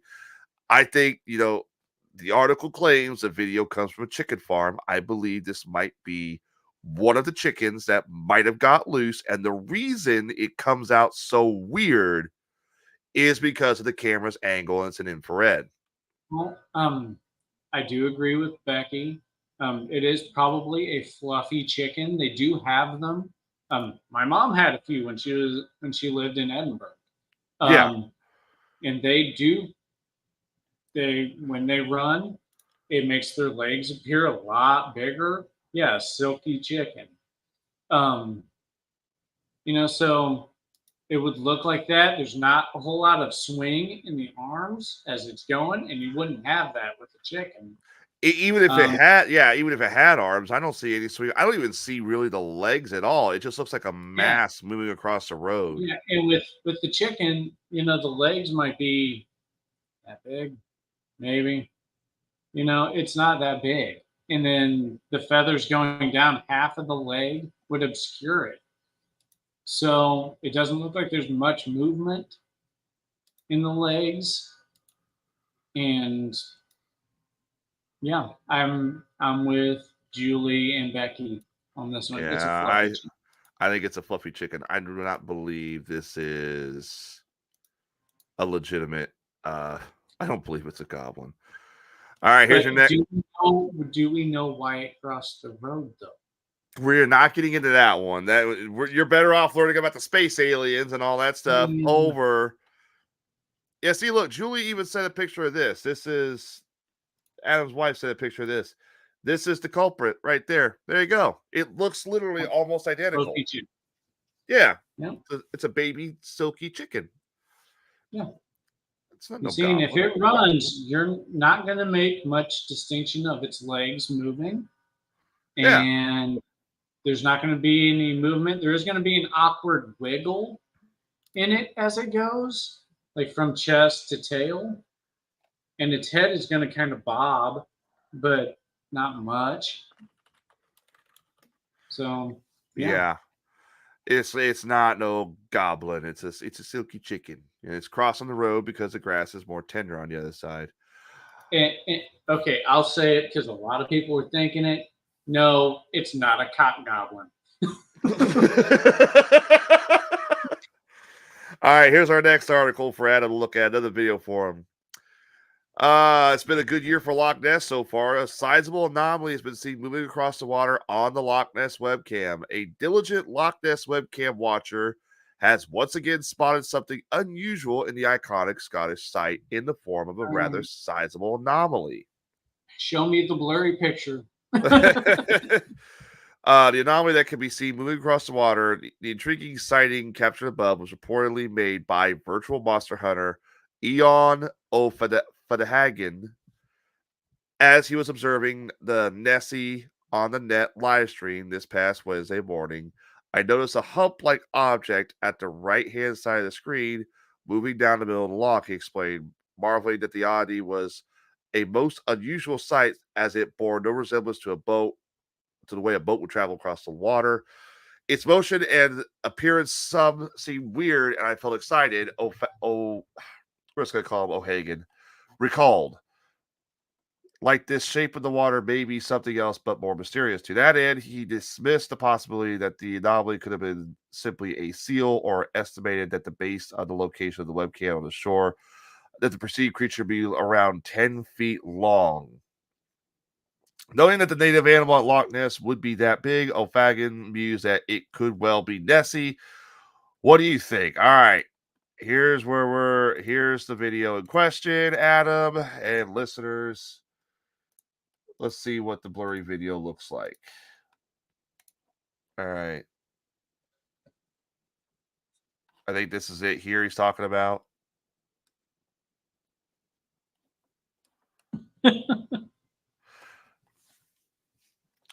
Wow. That is that is much better than the Aliens in Nevada video. That's much better than the Goblin video. And it's gone. Once And it's once back. again, there's something there. Yeah, it's Is it something. messy? There's not enough there for me to say. Right. I like how this cow's just sitting here like, huh? What? That is a cow, isn't it? I can't tell. Cow or sheep. Yeah. Yeah. Well, whatever it There was is, it's something there. yeah, and whatever it is, it keeps disappearing, coming back, and kind of let's see, it actually does I travel thought across. I thought Nessie was supposed to be a lot larger. Yeah, that's what I thought too. Yeah. No, there's no wake at least, but I mean it. I That and I thought Nessie kind of had like a neck. Oh, that comes is a up. cow. That is a cow. Okay. Look. Oh. I'm looking for Nessie and Tyler's looking for a cow. Focus, man. Focus. Priorities, brother. I'm looking for Nessie and Tyler's eyeing a steak. Hey, I am kind of hungry after all. Steak does sound kind of good. Yeah, you're not gonna I don't know who you are, but that you're not gonna tell what the hell that is. Yeah. It could be Nessie, it could be a log, it could I mean, as much as I wish the Loch Ness monster was real, yeah, everybody so she's like, everybody needs to scope out a good steak. Yeah, and that cow looks delicious. All right. I've saved the everybody knows that when we do weird frequencies, we like to try and save the best ones for last. I got 2 articles to share, and then I got 2 videos for people to watch. A Welsh catfish. It could be a Welsh catfish. Those are in Loch Ness.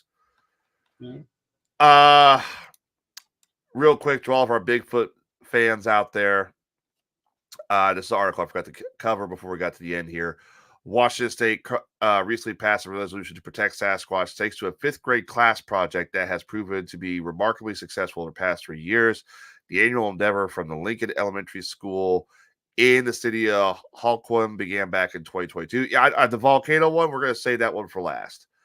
By the way, by way of teacher Andrea Andrews, who conceived of the clever civics lesson, the project sees the youngsters tasked with researching Bigfoot, debating its existence, and it passes a vote within the class, lobbying a local government to pass a resolution that would protect the famed cryptid.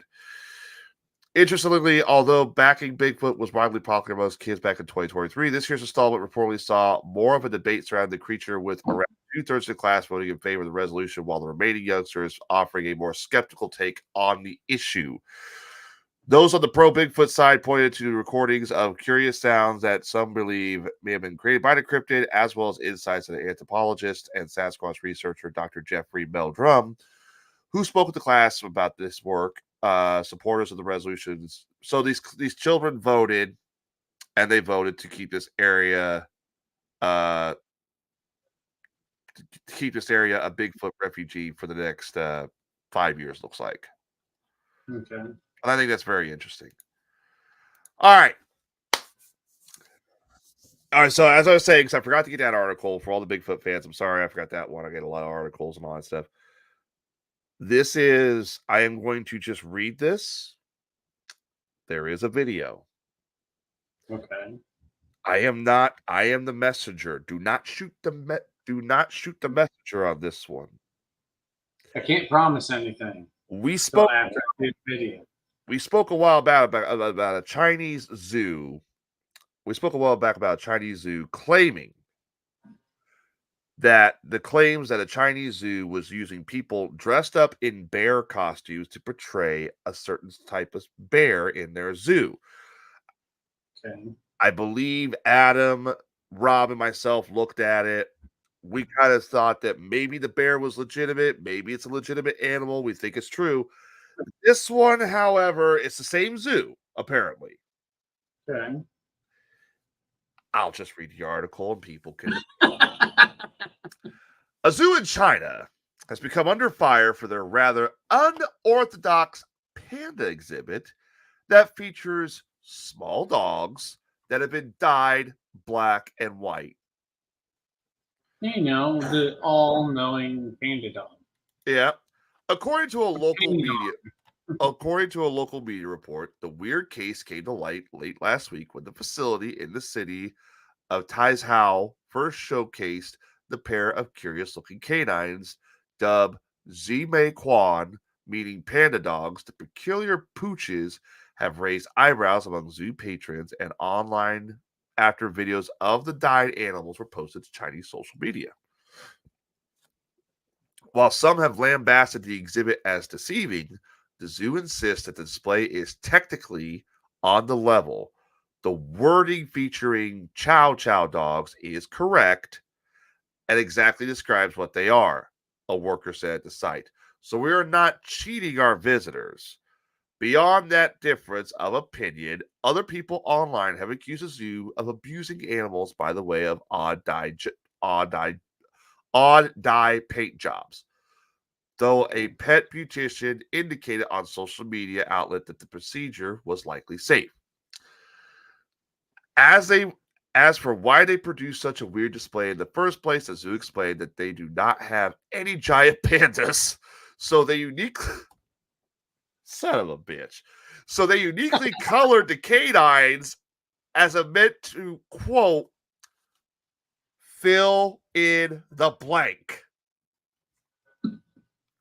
The exhibit so far has proven to be something of a hit, as there has been a noticeable increase in patrons since it opened last week. That said, it is uncertain whether the uptick in visitors is a result of people being fooled into thinking they were actual pandas on display, or if they're simply there to see the outrage of the dogs on display themselves.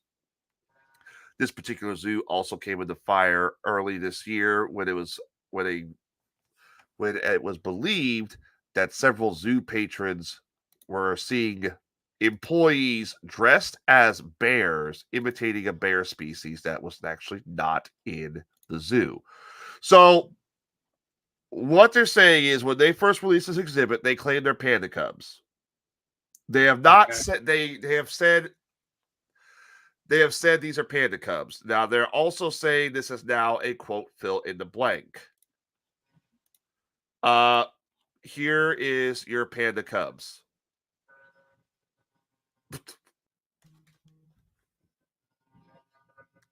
Somebody thought this was a good idea. It's cute. It's cute, but of course people are going to catch on. Yeah. Those are not pandas. But they had to retract the article and say, yeah, and Julie's even right, Chow Chow pups. They had to retract the article and say, yeah, these are pandas. And then when people started catching on, they're like, well, we don't have any pandas. So here, just pay to see a dog we dyed to look like a panda, for God's sakes. Yeah, it's a pan dog. A pan dog.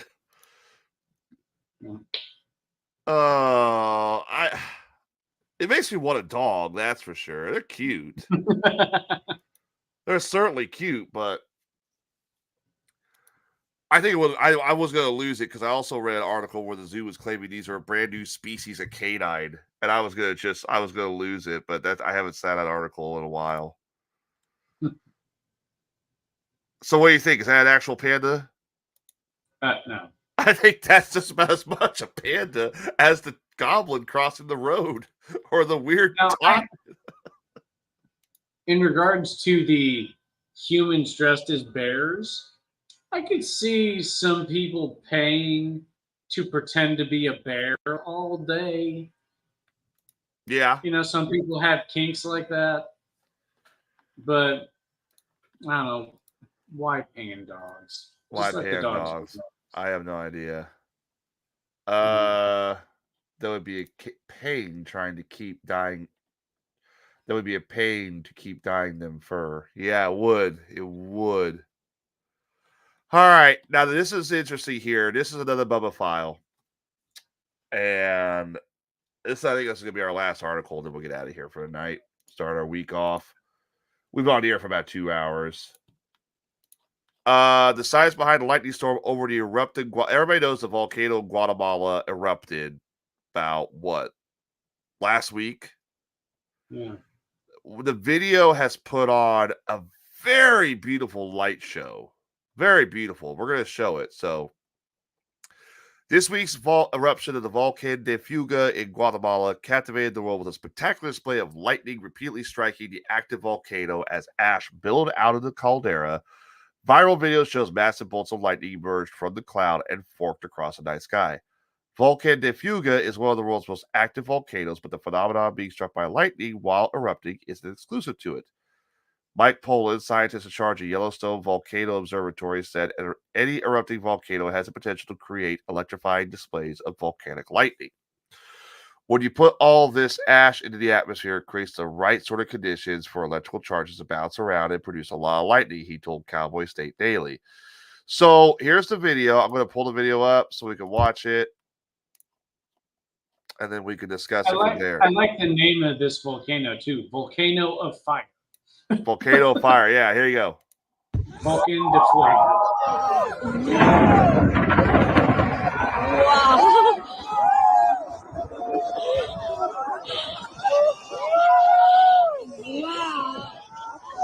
That is awesome. Yeah. That is like, that there is a shot, and after that, you see Godzilla walk out of the volcano. That's what it feels like. Yeah. That is so cool, though. You got the. Can you imagine the Aurora Borealis as this is going on? You wouldn't be able to see it. No, you The wouldn't. lightning creates too much light. Yeah, Bubba's right. That shit is amazing. Mm-hmm. It's almost like what supervillain lived in the volcano, and what did they do to cause the lightning? Yeah, it's like this is Mount Doom in Lord of the Rings. This is literally what Mount Doom is supposed to look like in Lord of the Rings, I think. Like you're walking with the ring, and all of a sudden you see this, and you see a bolt of lightning striking. You're like, nope, I'm going around the other direction. No, I'm not dealing with this. I'm out. I'm out on this shit. No. Yeah, that is so cool, though. They also say they can harness a type of a mineral called tritonite out of the ground whenever it hits this. It's lightning that strikes the sand and causes the sand to turn to glass. But they can also get it with ash. They can also get it with ash and soot. So I wonder if that could be created with like a Tesla coil. probably. You bring in some ash. Can you imagine? Just go to town. Can you imagine if that's your next source of energy on the planet? Is the energy left off from a lightning bolt hitting a volcano? You'd have to find a way to harness it, though. Because I mean, up near the caldera of the volcano, super hot. I mean, melts the bottom of soles of shoes hot. Yeah. And to put something out there that can actually get even a remnant of the energy from a lightning bolt. Yeah. All right. So this is the video I finally got sent to me. This is the video I was talking about earlier. We were ghost hunting last night. This is one of the only videos where we caught something in it. So we're in this graveyard at Shepherd's Graveyard here in Jacksonville, and I kept hearing something walking behind us. Like we would walk and something would walk with us. And we just decided, Rob decided, I'm just going to drop a cap on. Different Rob, not the host of the show. He decided he was going to just drop a cat ball right there and say, okay, if it's up in there, it's going to mess with it, right? The cat ball started going off. All right, so here is our little clip from last night's ghost hunting during the Northern Lights. If I can get the sound. It's nestled right in the ground. It's really cold right here too. Yeah, You it just feel got it? really cold, yeah. Are you making us cold? If you're making us cold, can you touch that again? You want me to turn the light back off? If you want us to turn the light off, because we can't see you. That's our only way of communicating with you. If you want us to turn that light off, touch that ball again. Make it go off, please.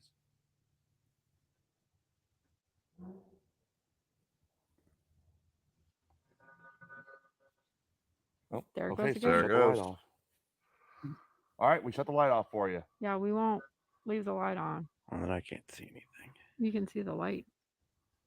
Unless I go get the UV. Okay, so And that's unfortunately also where the video stops. So that was all we got. The other one we didn't get. It went on for 5 minutes. We were asking questions like, are you male, female? And this is before he started recording, and it hit the thing saying it was female. Are you younger than 10? It hit the thing saying it was younger than 10. And then we recorded that part, and then it just kind of seemed to stop. So, Okay, but yeah, Tyler, one piece of advice. what's that? If you take video from a phone, turn it sideways. Yeah, I was on the road recording it. That was Rob on that one. Okay. But yeah, I'm there sure was- 420 would say the same thing over on the other podcast.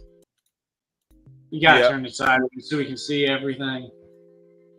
Yep. Well, it was our first hunt of the night. We weren't really prepared. None of our cameras were working, but we'll get better next time. So, All right, I expect better from you, Tyler. yes, sir. Yes, sir. Hey, wait a minute. All right. So, what we learned tonight? There's no such thing as a panda dog. There's no such thing as a pan dog. There's we still do not believe that the Las Vegas UFO alien video is legitimate. We're not sure. They still need the verdict still on that one. There's a lot of information we need that's not being given. Oh So we can't agree with it the way it stands. I wonder if I can get that kid on the show. Probably not, but I could try. No goblins, exactly. Not sure if Loch Ness has any seafood, but it's definitely got some steaks next to it. Yeah. New way to fight global warming. By sucking that sweet, sweet cola.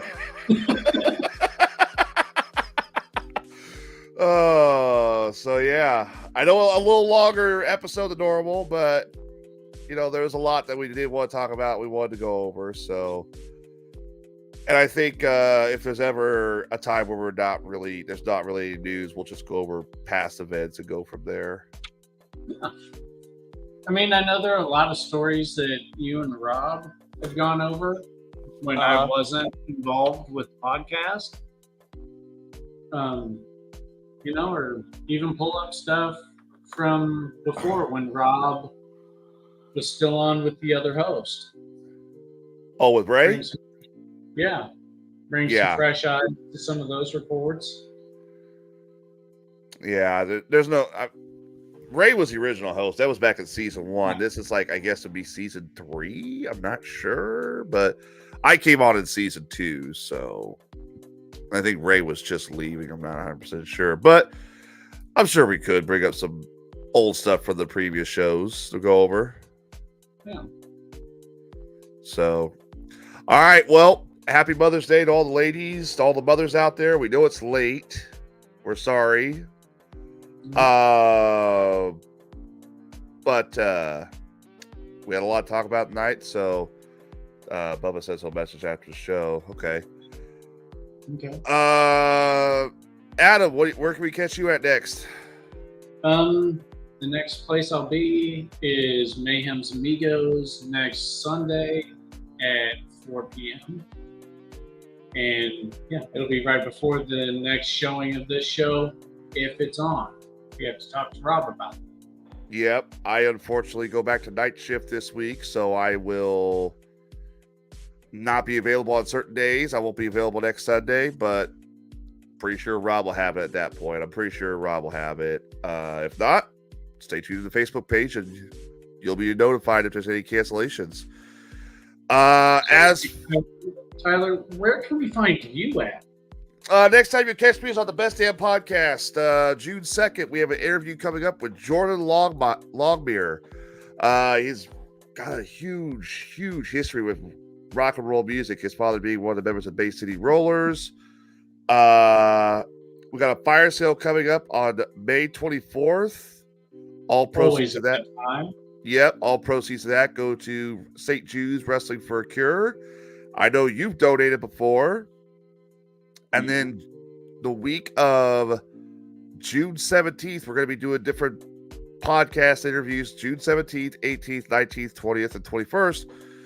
I think I'll be on days that week. We'll be doing podcast interviews with celebrating Pride Month. We're going to celebrate people of the LGBTQ. We're going to get to know them, and we're going to get to know them outside of the alphabet. So we're going to get to know who they are, what they like to do, outside of the unfortunate stigma they seem to get from either the left or the right of politics. We want to get to know the person, not, what the world says them as. Yeah. So going to give them a chance to speak their mind and speak about who they are and what they're into and go from there. So it should be a good time, hopefully. My goal is to be 100% respectful during that podcast with these people, and I hope we can do that. So, well, other than that, you guys have a great week. Enjoy the rest of your Sunday. Until then, on behalf of Rob Hanson and Bubba, that's the Secret Knowledge, Adam, and I am the American T-Rex, Tyler. We will see you next Sunday on another edition of Weird Frequencies. So long, everybody. So long, everyone.